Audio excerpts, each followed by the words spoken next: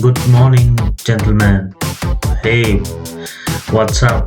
Today we rode to Vaishalli, which is on Bangalore-Hassan highway road. Vaishalli is a famous non-veg joint for bikers as well as travelers. The best food what you get is paya soup, the mutton biryani, that's of course. And today we go to try mutton keema dosa. Yes, there is a restaurant in Mysore Highway, the same Vaishali. Earlier it was there. Yes, even now there is. This is a newly opened restaurant on Bangalore-Hassan Highway,